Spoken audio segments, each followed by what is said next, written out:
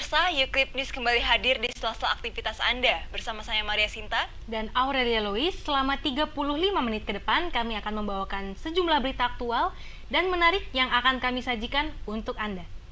Berikut 5 berita utama hari ini. Direktorat Jenderal Perkeretaapian akan melakukan kegiatan switch over kelima terhitung mulai 28 Mei 2022.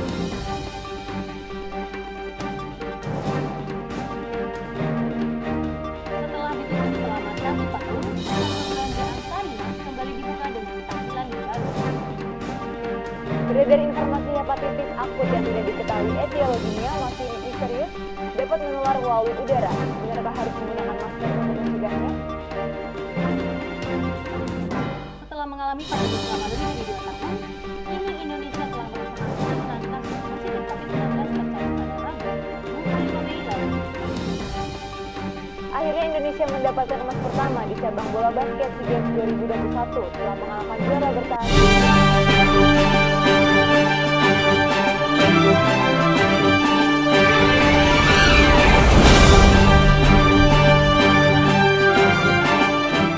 Direktorat Jenderal Perkeretaapian akan melakukan kegiatan switch over kelima terhitung mulai 28 Mei 2022. Sehubungan dengan rencana pembangunan Stasiun Manggarai menjadi stasiun sentral, kegiatan switch over akan dilakukan untuk menata dan mengkondisikan jalur kereta api Stasiun Manggarai, sehingga pembangunan akan dilanjutkan. Diketahui KRL komuter lain yang sebelumnya memiliki rute jurusan langsung Bogor-Jakarta Kota dan Bogor-Jatinegara, mulai 28 Mei 2022, KRL Bogor hanya melayani rute langsung Bogor-Jakarta Kota. Bagi penumpang dari arah Bogor yang ingin ke Stasiun Sudirman, Karet hingga Tanah Abang, harus transit terlebih dahulu di Stasiun Manggarai. Tidak hanya rute Bogor yang mengalami perubahan, rute KRL Bekasi yang sebelumnya melayani tujuan Jakarta Kota menjadi langsung ke Stasiun Tanah Abang Senen hingga Jatinegara. Karena itu, penumpang dari Bekasi yang ingin ke Jakarta Kota harus transit terlebih dahulu di Stasiun Manggarai.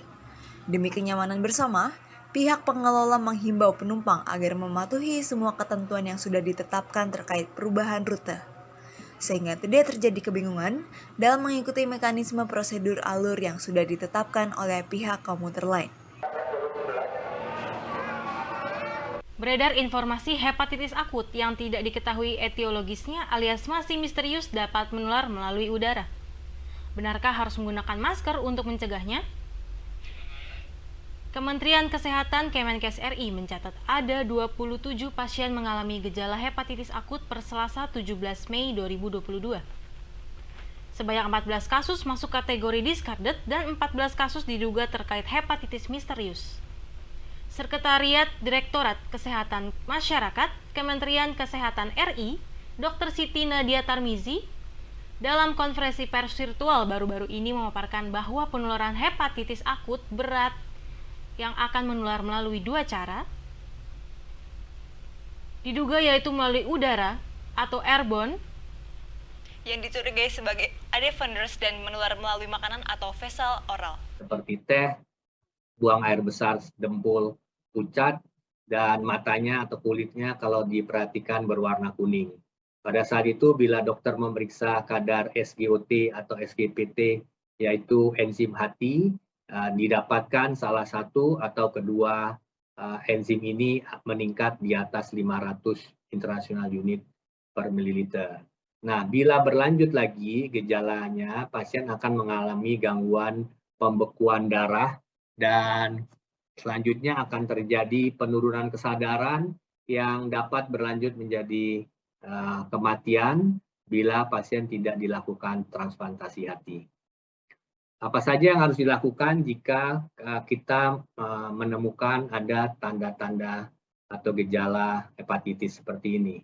Yang pertama adalah kita perlu waspada ya, untuk para orang tua harus waspada bahwa ada penyakit yang memang berbahaya, tetapi dengan kita waspada diharapkan kita tidak mendapatkan anak-anak kita dalam kondisi yang berat, tapi kita mendapatkan pada kondisi yang awal yang memberi ruang untuk dokter menolong pasien lebih banyak. Apa saja gejala awalnya? Gejala awalnya adalah gejala saluran cerna. Jadi kita mesti waspada kalau anak-anak kita mengalami gejala saluran cerna seperti tadi, yaitu gejala diare, mual, muntah, sakit perut, atau demam ringan, dan sudah memikirkan bahwa ini ada kemungkinan bisa mengarah ke arah hepatitis akut berat yang belum diketahui penyebabnya itu. Bawalah anak-anak kita ke fasilitas kesehatan terdekat untuk mendapat pertolongan dari tenaga kesehatan yang mereka akan memikirkan untuk apakah perlu diperiksa lebih lanjut untuk mencari kemungkinan perjalanannya menjadi hepatitis akut berat yang tadi kita bicarakan. Jadi jangan menunggu sampai gejalanya sampai kuning, jangan menunggu sampai gejalanya lebih berat, karena kalau lebih berat kita menjadi kehilangan momentum untuk bisa menolong lebih cepat. Apalagi kalau sampai sudah terjadi penurunan kesadaran, ini akan membuat dokter hanya sangat kesempatan untuk menolongnya menjadi lebih sedikit lagi untuk menolong anak-anak kita tidak terkena sampai menimbulkan kematian. Karena itu kita perlu bersama-sama bekerja sama antara pelayanan kesehatan, dokter-dokter pelayanan kesehatan baik di puskesmas dan rumah sakit terdekat untuk bisa menemukan gejala dini dan lebih cepat lagi memberikan pertolongan. Setelah ditutup selama 1 tahun, Pusat Perbelanjaan Sarinah kembali dibuka dengan tampilan yang baru. Gedung Sarinah di Jakarta kini telah menjadi salah satu tempat destinasi wisata sekaligus lokasi perbelanjaan yang baru dan favorit bagi kaula anak muda. Menyusung tema Community Mall Sarinah dengan desain yang lebih modern, ternyata masih menyimpan banyak nilai sejarah tanah air. Apa saja spot yang menarik dapat dilihat selengkapnya. Siapa sangka Gedung Sarinah yang berdiri sejak tahun 1962, kini tampilan baru Gedung Sarinah dibuat dengan konsep futuristik dan modern. Tampilan dari luar gedung terdapat taman dan tangga amphitheater yang menuju pemandangan luar gedung kota Jakarta. Pengunjung dapat menikmati suasana ibu kota dan terdapat skydeck untuk menikmati pemandangan yang indah dari atas gedung. Selain itu, di dalam Gedung Sarinah kini terdapat patung batu relief yang baru saja ditemukan dari pembangunan ini. Dan konon katanya dibuat di era Soekarno. Sejarah Sarinah dari tahun ke tahun tetap dilestarikan dan wisatawan dapat mengabadikan momen sejarah ini. Eskalator pertama di Indonesia tahun 1966 kini masih berdiri sampai sekarang, namun tidak untuk dipergunakan dan dijadikan momen sejarah bagi pengunjung yang berdatangan.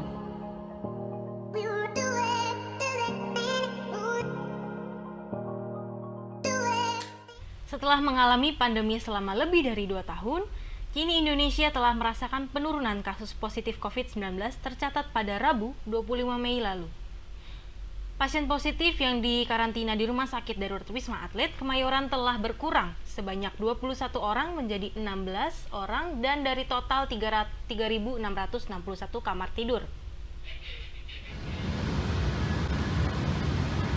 Sejak pandemi COVID-19 masuk ke Indonesia, Wisma Atlet Kemayoran Jakarta selalu menerima banyak pasien yang terkena virus ini. Bahkan, kamar tidur yang tersedia bisa sampai penuh yang akhirnya membuat banyak pasien harus menunggu kesediaan kamar tidur sesuai antrian. Namun setelah melewati lebih dari 2 tahun, angka positif COVID terus menurun. Hal ini membuat Wisma Atlet juga merasakan berkurangnya jumlah pasien yang dirawat. Jika sebelumnya bisa menerima ratusan bahkan ribuan, kini Wisma Atlet hanya menerima belasan hingga puluhan jumlah pasien.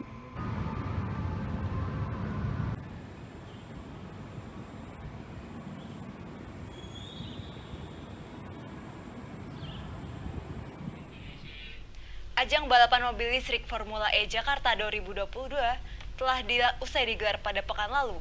Selama proses penyelenggaraan Formula E banyak aspek yang dijadikan perdebatan.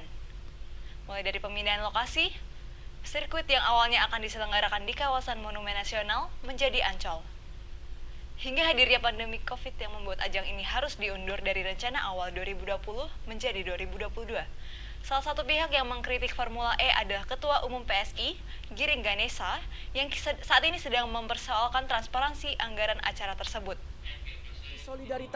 Giring Ganesha selaku Ketua Umum Partai Solidaritas Indonesia mempertanyakan soal keuntungan yang didapatkan dari ajang balapan Formula E.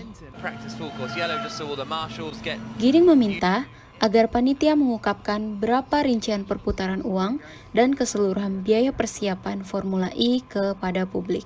Sekarang kita sudah ada di lokasi nih guys, Formula E. Ia juga mengatakan jika ada keuntungan, perlu diungkapkan untuk apa uang itu nantinya. Ia mewanti-wanti agar uang pajak rakyat tidak digunakan untuk menutupi biaya jika ada kerugian. Gokil sih ini proyek Formula E ya, proyek ambisius banget. Budget besar, pakai uang rakyat, dan waktu persiapan yang mepet banget. Ia mengaku tidak ingin jika nantinya masyarakat yang akan dirugikan dari acara ini. Saudara, informasi lainnya akan kami hadirkan sesaat lagi. Usai jeda tetap di Uclip News.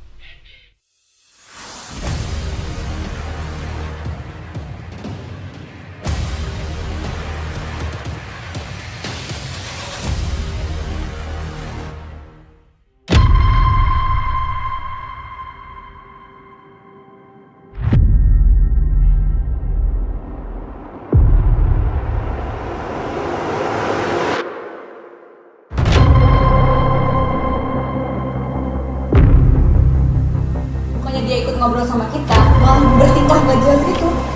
Hati-hati lo kayak psikopat.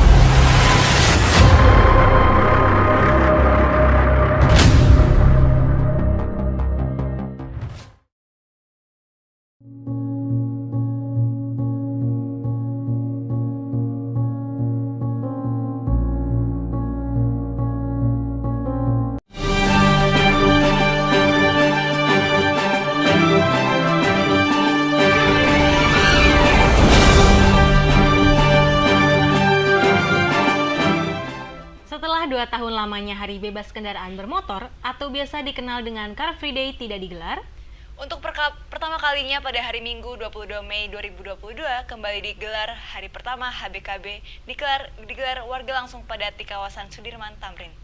Pelaksanaan HBKB masih terbatas dan dalam pantauan Dinas Perhubungan, HBKB hanya terbatas untuk olahraga saja. Kegiatan di luar olahraga belum diperbolehkan. Begitupun para pedagang kaki lima. Hanya diperbolehkan berjualan di luar koridor atau ruas pinggir jalan HBKB berlangsung. Hal ini tidak menyurutkan warga untuk melakukan HBKB pertama pada tahun 2022 ini. Baik, saat ini kami sudah terhubung dengan reporter lapangan Dinda. Bagaimana suasana HBKB saat ini? Ya, terima kasih Aurel dan Cinta.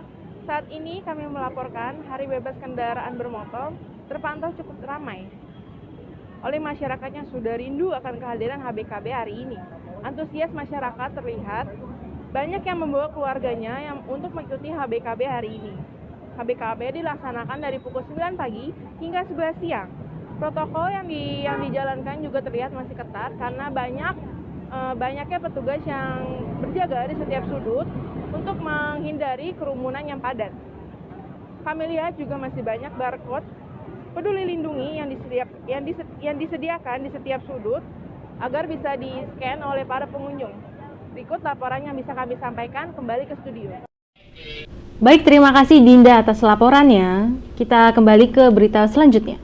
Taman Mini Indonesia Indah atau TMII sempat dibuka selama libur lebaran, kembali tutup untuk proses revitalisasi. TMII kembali tutup sementara mulai Selasa 17 Mei 2022. Berikut berita selengkapnya. Sejak Januari lalu, pemerintah mulai melakukan revitalisasi kawasan Taman Mini Indonesia Indah. Revitalisasi itu dilakukan untuk persiapan dan menyambut event internasional yang akan digelar seperti G20 pada Oktober mendatang. Kegiatan renovasi tersebut meliputi sejumlah wahana dan fasilitas, mulai dari penanganan jalan kawasan Taman Mini Indonesia Indah, penataan area gerbang utama, renovasi joglo, dan renovasi museum. Dengan revitalisasi ini, Direktur Utama Injourney Doni Oskaria mengatakan Taman Mini Indonesia Indah akan menjadi the ultimate showcase of Indonesia.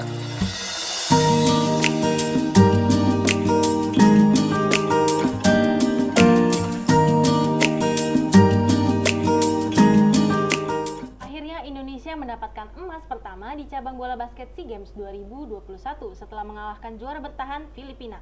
Indonesia menang dengan perolehan skor 85-81 yang menjadi emas pertama Indonesia di cabang basket dalam Asia Games. Tentu saja hal itu sangat membanggakan bagi Indonesia.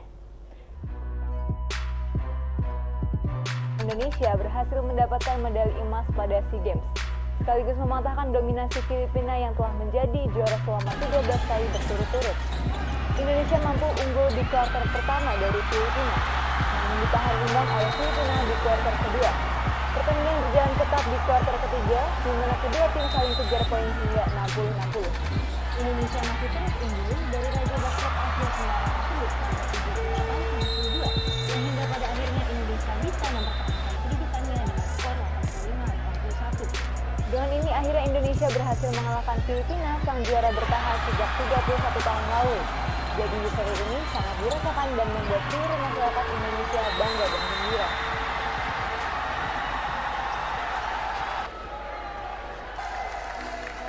And the winners, the champion, the order of the gold medalist, Team Indonesia. Ban tổ chức xin trân trọng giới thiệu và kính mời ông Yani Kostasi, trưởng liên đoàn bóng rổ Indonesia, lên trao huy chương vàng cho các vận động viên. Xin mời các vận động viên bước lên bục để nhận huy chương. Sebuah video pemukulan menjadi viral di media sosial pada Sabtu 4 Juni 2022. Telah terjadi aksi pemukulan yang dilakukan oleh seorang pengendara mobil terhadap pengendara lainnya di ruas di dalam kota arah Cawang.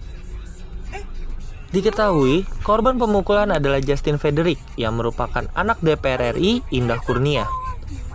Kepala Bidang Hubungan Masyarakat Polda Metro Jaya menjelaskan, insiden berawal ketika korban yang mengendarai mobil sedan disalip dari bahu jalan mobil pelaku.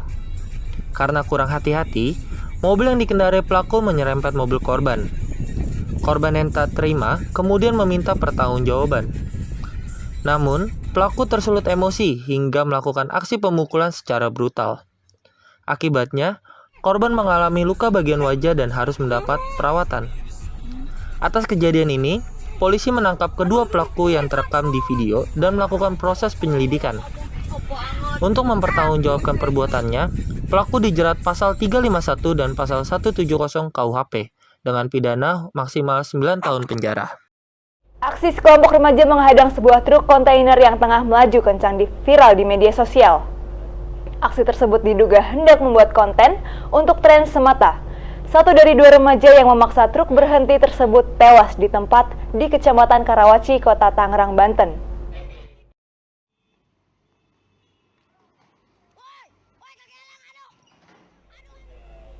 Pemerintah menetapkan harga tiket naik ke Candi Borobudur bagi wisatawan lokal senilai Rp750.000. Menteri Koordinator Bidang Kemaritiman dan Investasi Menko Marves, Luhut Binsar Panjaitan, mengumumkan jumlah wisatawan yang bisa mendaki Candi Borobudur dibatasi sebanyak 1.200 orang per hari. Hal ini dilakukan sebagai salah satu upaya untuk melindungi candi-candi yang ada di kawasan tersebut. Ia menjelaskan bahwa kebijakan ini berdasarkan rekomendasi dari United Nations Educational, Scientific, and Cultural Organizations atau UNESCO dan banyak pakar, terutama untuk mempertahankan bangunan candi. Adapun dana yang digelontorkan adalah sejumlah 6,8 triliun rupiah untuk mempercantik kawasan Candi Borobudur, mulai dari penataan tanah hingga penataan kabel listrik. Keputusan ini menuai banyak reaksi di media sosial, salah satunya adalah influencer Wanda Ponika yang menjelaskan terkait keputusan tersebut dibuat adalah demi terjaganya candi-candi dan stupa di Borobudur. Saudara, informasi lainnya akan kami hadirkan sesaat lagi, usai jeda tetap di Uclip News.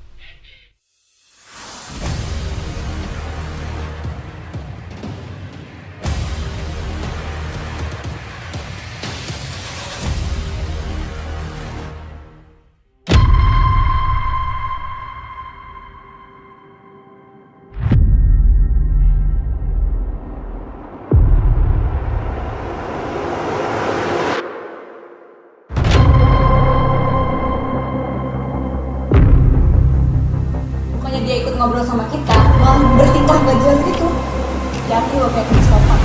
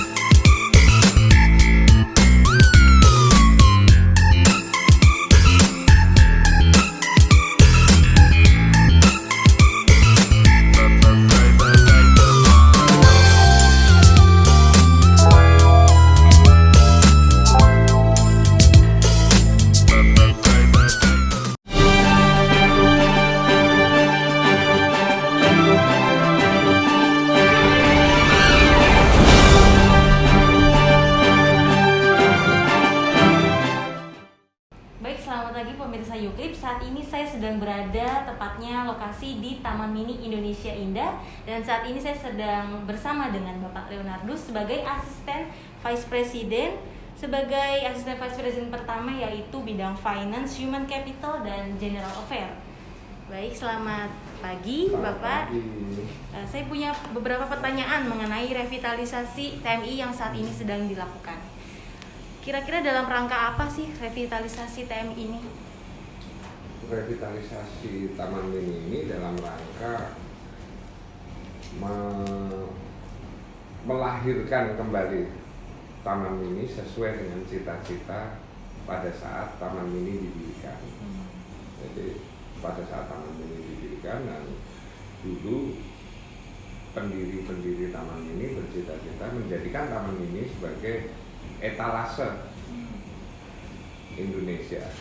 Nah, untuk menjadi etalase Indonesia ini, Taman Mini bertindak sebagai yang pertama etalase kebudayaan, yang kedua etalase potensi daerah, yang ketiga yang kita baru akan kita lahirkan kembali adalah etalase bagi kaum milenial untuk berekspresi.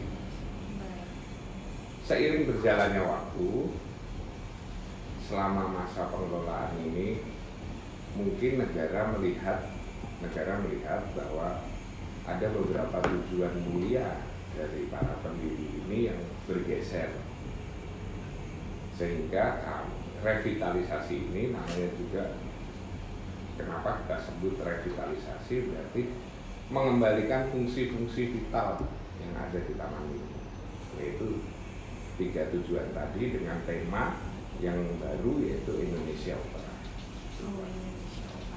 Dan kira-kira estimasi waktu pembangunan revitalisasi ini sampai rampung itu berapa lama, Pak? Untuk sampai rampung kita harapkan Taman Mini ini kita akan buka untuk umum itu kita rencanakan tanggal 1 Oktober. Tanggal 1 Oktober. Akan tetapi sampai dengan akhir Juli besok kita akan melakukan beberapa kali uji coba. Nah, uji coba ini kami belum tentukan waktunya karena ini berkaitan dengan pengerjaan proyek yang sedang dikerjakan oleh PUPR. Gitu, Mbak. Kira-kira tema dan konsep dari revitalisasi TMI ini berkonsep dan tema apa, Pak? Ya, seperti yang tadi saya sudah sebutkan, ini adalah konsepnya adalah Indonesia Opera.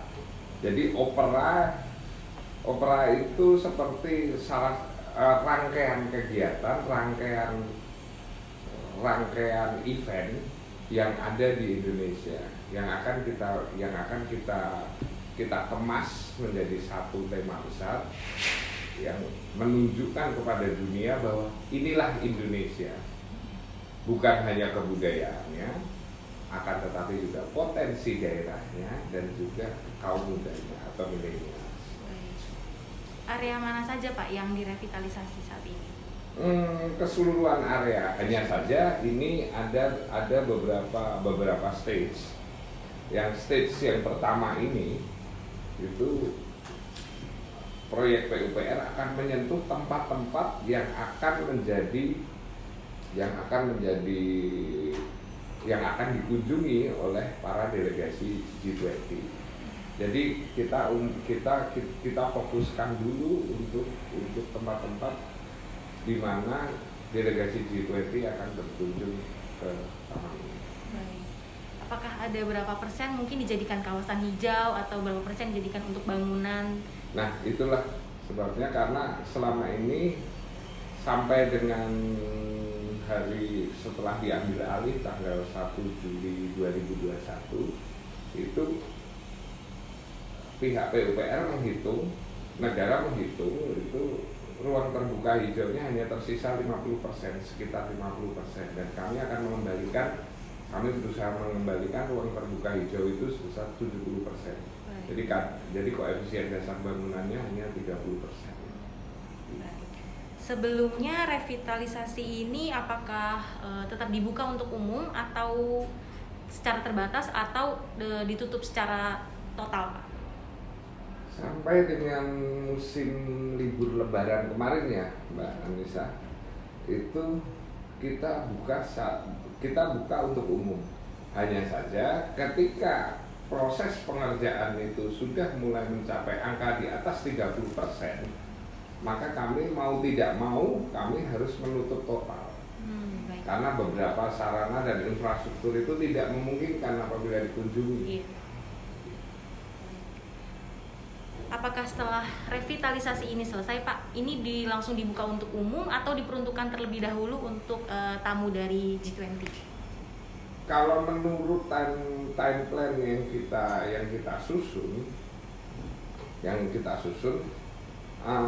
ini malah akan dibuka untuk umum dulu. Baik. Pada tanggal 1 Oktober karena perhelatan G20 yang ada di sini itu kemungkinan di bulan Oktober pertengahan atau awal November. Jadi kurang lebih kami akan membuka dulu untuk umum, baru nanti kalau ada G20 delegasi G20 di sini ya itu malah setelah pembukaan untuk umum itu. Baik. Apakah Bapak punya rencana ke depannya untuk TMII? Karena kan sudah ada delegasi dari luar yang datang berkunjung ke TMII. Apakah ada harapan ke depannya mengenai TMII akan dikenal oleh seluruh dunia, internasional, atau bagaimana Pak? Visi misi dari TMI sendiri? Jadi begini ya, karena TMI seperti tagline-nya adalah Indonesia Opera. Yeah. Jadi TMI itu akan menjadi destinasi kebanggaan, destinasi kebanggaan yang mempertontonkan Indonesia, keindahan Indonesia, apa itunya? Ultimate showcase. Jadi showcase ya, Pak? The ultimate showcase of Indonesia beauty. Okay. Jadi inilah tempat tertinggi, tempat terbaik di mana tamu-tamu baik dari negara asing maupun dari tempat kita sendiri yang akan melihat Indonesia, kecantikan Indonesia secara utuh. Kecantikan itu dari mana? Dari kebudayaannya, dari potensi-potensi daerahnya, dan juga dari kaum mudanya. Saya kira itu, Mbak. Yang akan visi kita ke depan itu akan menjadi seperti itu. Apakah nanti setelah selesai ada perbedaan tarif nih Pak dari yang sebelumnya? Mungkin bisa diinformasikan kepada pemirsa. Taman Wisata Candi sebagai pengelola taman ini itu diberi amanah oleh Kementerian Sekretariat Negara sebagai pemilik aset Taman Mini ini untuk menjadikan Taman Mini ini sebagai tempat yang inklusif. Inklusif.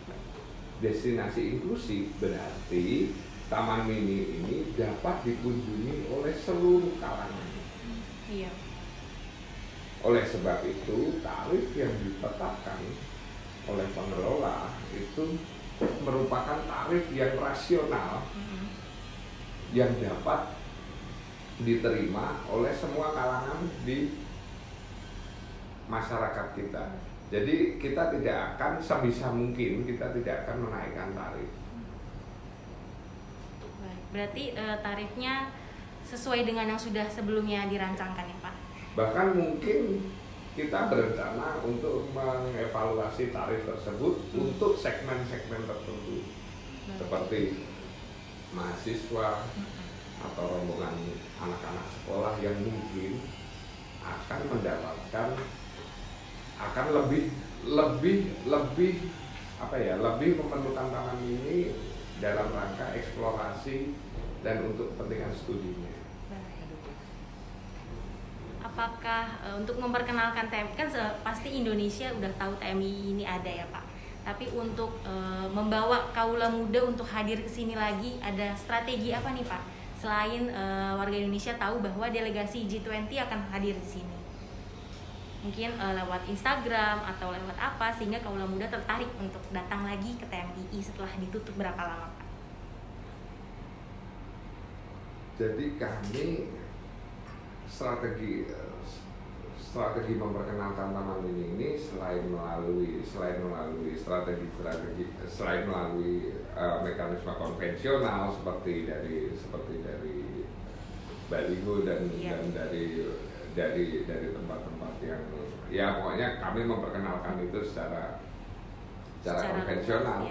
Kami juga mengaktifkan kembali website dan juga sosial media kami. Yang bisa kami akan mulai lagi membenahi sosial media dan website kami dalam waktu dekat ini, karena yang kemarin kan memang masih terkesan itu TMII yang dulu.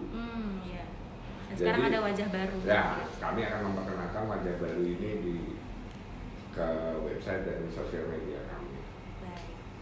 Mungkin itu adalah pertanyaan terakhir dari talkshow kita hari ini ya Pak.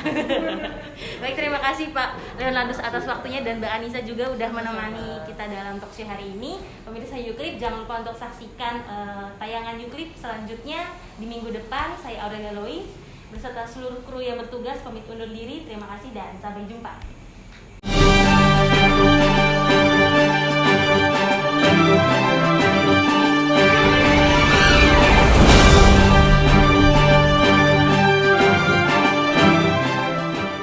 Baik pemirsa, berita tadi sekaligus mengakhiri YouClip News pada hari ini.